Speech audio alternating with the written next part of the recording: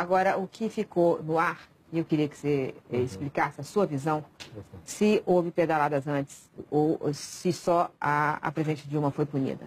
Isso que foi classificado popularmente como pedaladas que foram identificadas nas contas de 2014, começaram a ocorrer apenas a partir do segundo semestre de 2013.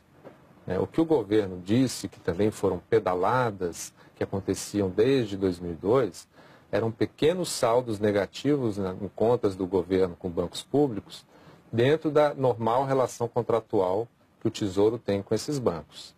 Então, se o governo tem que pagar 500 milhões de benefícios e eventualmente pagou 505, porque os beneficiários foram lá sacar e superaram um pouco a estimativa, a Caixa, por exemplo, paga, comunica ao Tesouro, e o Tesouro imediatamente repõe esses 5 milhões que a Caixa pagou a mais. Isso é uma operação que leva no máximo 48 horas.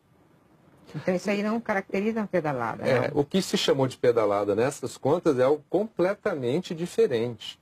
O governo não mandar os 500 milhões e dizer para a Caixa, Caixa, por favor, pague, que eu vou pagar quando eu puder, porque agora eu estou preocupado em pegar esses 500 milhões e fazer outras despesas do meu interesse. E isso é frontalmente, nitidamente, com todas as letras, vedado pela Lei de Responsabilidade Fiscal. Eu quero pedir um gráfico que foi mostrado ontem pelo relator. Ele mostrou isso, e aí explicando para quem está nos ouvindo o que é esse gráfico. Se é 2004 para cá, isso é o saldo do governo com a Caixa Econômica Federal, aí que vocês estão vendo que fica ligeiramente positivo, ligeiramente negativo ao longo do tempo. A partir de 2013, ele fica bem negativo, em 2014 chega no nível muito baixo. Queria que você explicasse, então, Júlio. Então, veja, o gráfico mostra bem que os momentos anteriores a 2013, que o saldo fica negativo, são mínimos e esporádicos. A partir do meio de 2013, o governo passa a usar sistematicamente a Caixa para se financiar. E em 2014 faz isso de uma forma brutal. Um saldo negativo ali alcançando quase 6 bilhões de reais negativos. Então, imagine uma instituição financeira ter que suportar esse ônus não previsto de carregar 6 bilhões de reais como numa espécie de cheque especial para o governo federal. Se uma ou outra irregularidade, foram 15, uma ou outra que você acha mais importante ser entendida para quem precisa saber que a lei foi desrespeitada? Eu vou destacar as 4 principais, que formam um conjunto harmônico dentro de um plano de maquiagem das contas públicas, segundo o entendimento do Ministério Público de Contas. O governo começa 2014 fraudando o decreto de programação financeira e de contingenciamento, com informações oficiais que ele recebeu do Ministério do Trabalho e do Emprego sobre frustração de receita do FAT e sobre necessidade de suplementação de despesas para o seguro-desemprego, de 9 bilhões a suplementação e 5 bilhões a frustração, ele já teria que, em fevereiro de 2014, ter feito um contingenciamento 14 bilhões de reais maior do que ele fez. Ele teria que ter bloqueado despesas não obrigatórias, porque as obrigatórias ele não pode bloquear. Então ele teria que escolher alguma despesa não obrigatória para bloquear. Poderia ser o FIES, poderia ser o investimento, poderia ser o Pronatec, o Ciências Sem Fronteiras, enfim.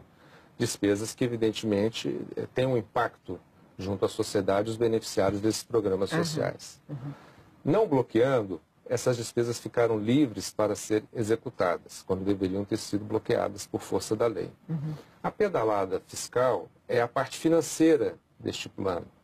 Como eu vou executar essa despesa? Não basta ter o orçamento livre, eu tenho que ter o dinheiro, efetivamente. Como eu não tinha dinheiro, eu uso o Banco do Brasil, a Caixa e o BNDES para essas finalidades. E esse dinheiro que eu teria que mandar para esses bancos, eu uso então para pagar esses programas.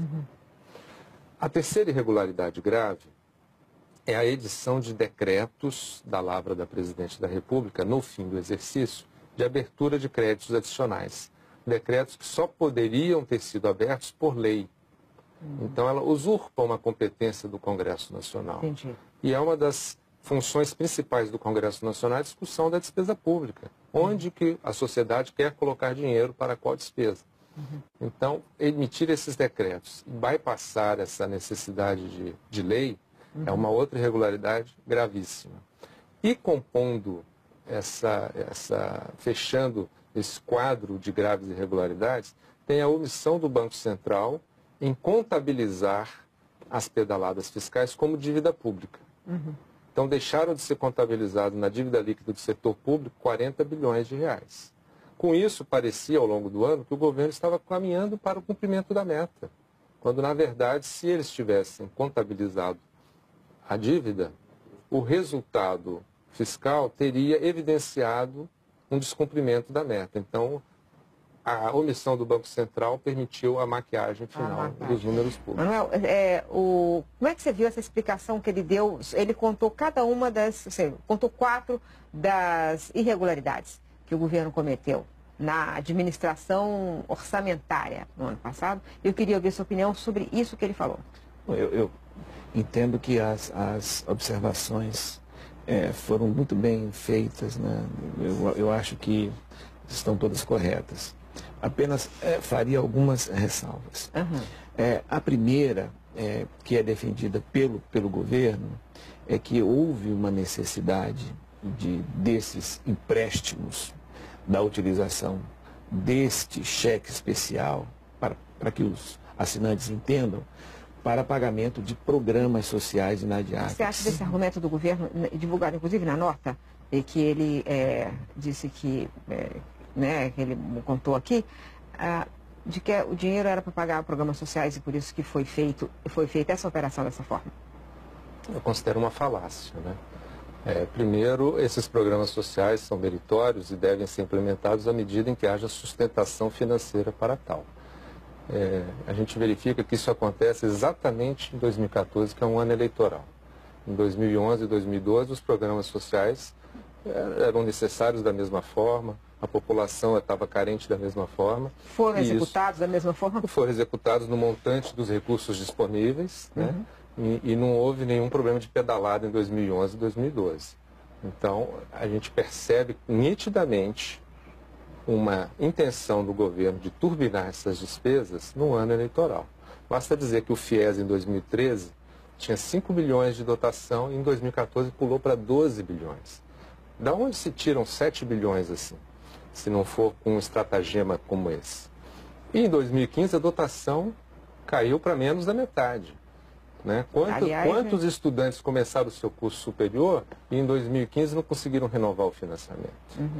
Quantos estudantes foram para o exterior no Ciências Sem Fronteira e a partir de janeiro ficaram sem receber a bolsa? Então, isso é uma prática irresponsável que não pode ser admitida assim, porque é um programa social, tudo se justifica. Né? Muito pelo contrário, se é um programa social, tem que ter mais responsabilidade ainda na sua implementação. Tem que ser sustentado. Tem que ser sustentado porque nós estamos cuidando da vida das pessoas. É cruel eu acenar com financiamento estudantil e no ano seguinte eu retirar. É cruel mandar um jovem carente para o exterior e depois não mandar a bolsa para ele sobreviver lá no exterior, longe da sua família. Então, assim, eu acho esse argumento absolutamente falacioso.